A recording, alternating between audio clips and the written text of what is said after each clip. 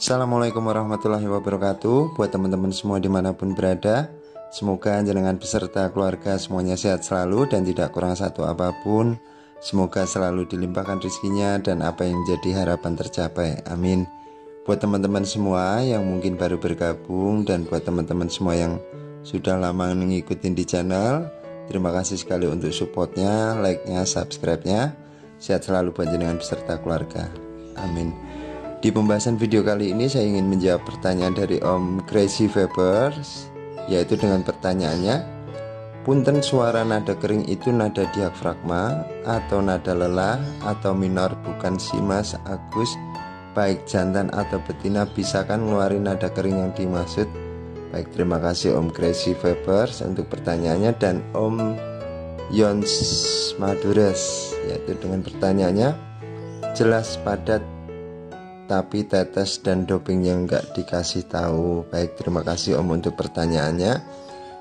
Dengan suara nada diafragma ataupun nada lelah dan minor dari pertanyaannya Om Crazy ini beda-beda Om tiap burung. Jadi kalau untuk step-step ataupun pola perawatan yang pernah saya share itu dengan prosesnya penggacoran dulu, tetap dilihat dari lobet masing-masing, tingkat birahinya. Awalnya dengan pakan rendah dulu, terutama dengan pola perawatan menaikkan birahi dengan sistem tempel. Karena sistem tempel ini kan birahinya pasti naik Om. Karena tidak dijadikan satu ataupun tidak buru-buru diuntul, ini lebih lobet itu imbang antara birahi sama emosi. Apalagi dengan pola perawatan setelah dipisah dari kolonian dan dibantu penjemuran. Proses di sini, pola perawatan di sini tiap lobet beda-beda Om, pembawaannya, bakatnya beda-beda. Dari minor ataupun dengan nada diafragma ataupun suara perut itu beda-beda. Meskipun yang namanya lobet ya Om, kita sendiri kan tidak bisa memastikan ini minor, nanti suatu saat dia akan jadi nada kering. Sebenarnya kalau dari bahan awal, bahan dasar nada kering itu ada Om, pasti ada. Jadi kalau saya yakin dari teman-teman pasti sudah paham. Tetapi kalau lobet yang minor ataupun suara diafragma itu dari pola perawatan penggacoran, setelah dengan rajin bunyinya lobet menaikkan dari pakan atau dari proses penjemuran, itu pasti minor Om. Apalagi setelah lobet betina itu di kandang kotak, dikawinkan jantan, jantannya jauhkan, betinanya biar di kandang kotak dulu, biarkan rajin bunyi. Setelah rajin bunyi disinggel lagi dengan di kandang kapsul, di pemberian pakan kencang, ini yang terjadi pasti minor dulu. Tetapi kalau menuju ke nada kering itu memang tiap lobet tidak semuanya bisa Om. Kembali lagi ke makhluk hidup, semuanya ada yang pinter, ada yang tidak, gitu aja Om. Jadi maksudnya ini Om, pembawaan nada ataupun bakatnya dari lobet itu beda-beda, intinya di situ. Tetapi kalau untuk pola perawatan dari jenengan pasti sudah paham, dari teman-teman pasti sudah paham.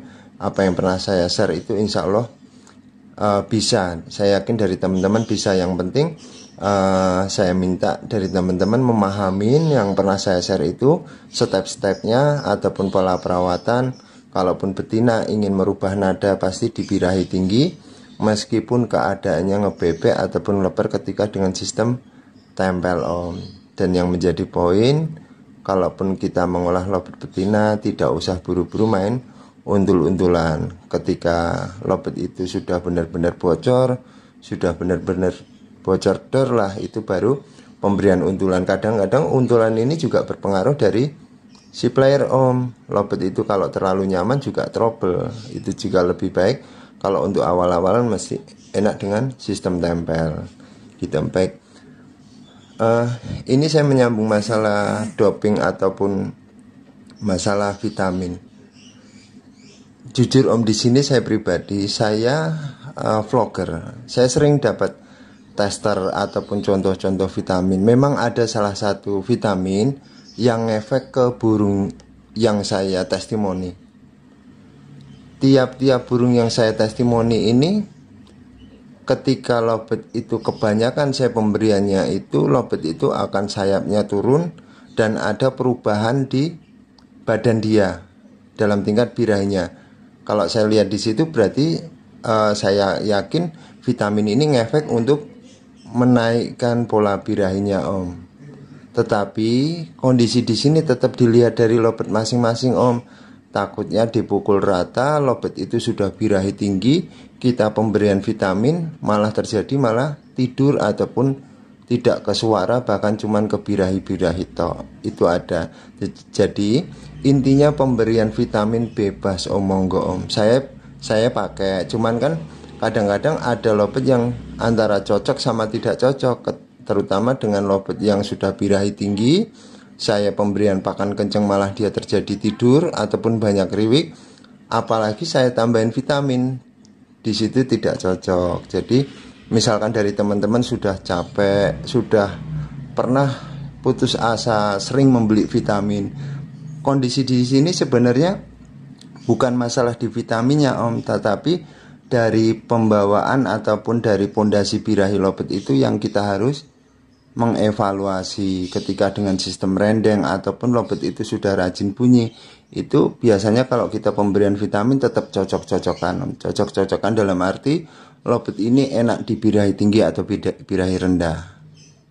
Itu Om. Terus kalau untuk misalkan dari lobet yang sudah bocor, sudah untulan cuman tidak mau jalan, itu coba pemberian vitamin gak masalah. Biasanya kalau untuk vitamin ini biasanya untuk stamina Om, stamina. Tetapi kalau selama saya mengalami sendiri, kalau vitamin ke konslet lah Om, itu gak ada Om. Sebenarnya konslet ini kan tingkat stressing lobet Om, tingkat stressing lobet yang diawali dari proses penggacoran. Setelah gacor ini terjadi perubahan nada.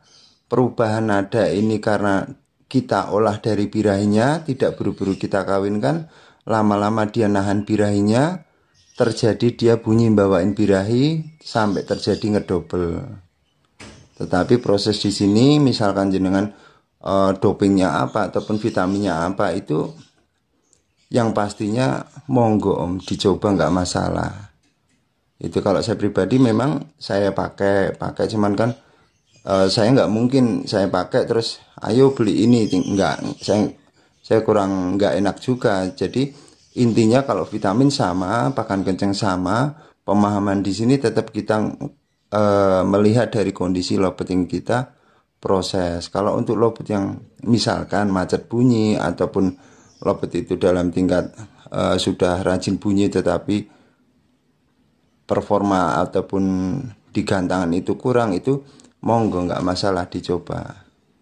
Saya yakin intinya semua vitamin sih bagus Om, tetapi kadang-kadang yang bikin gagal paham itu dari penjualnya, memberikan gambaran pasti gini, pasti moncer dan segala macam.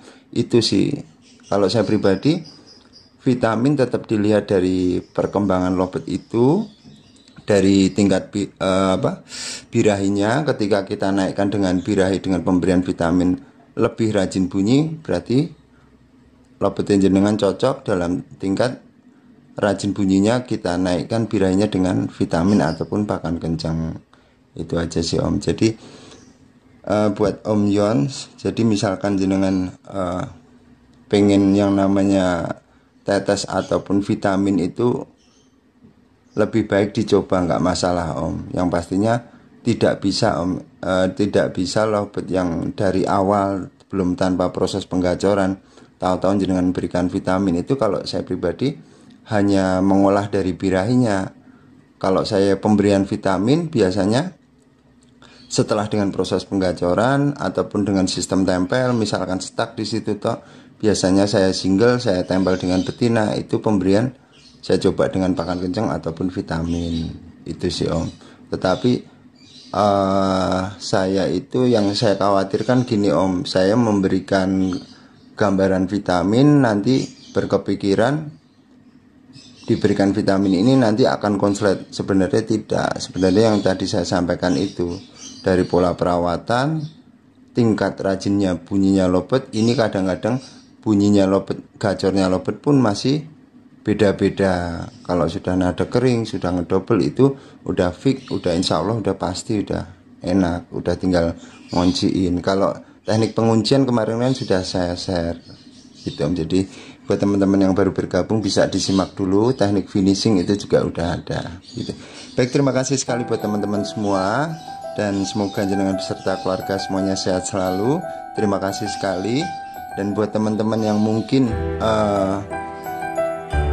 pembahasan di sini kurang bisa dipahami, nanti tinggal di kolom komentar lagi biar lebih enak saya menyampaikan di konten berikutnya. Wassalamualaikum warahmatullahi wabarakatuh. Matur nuwun.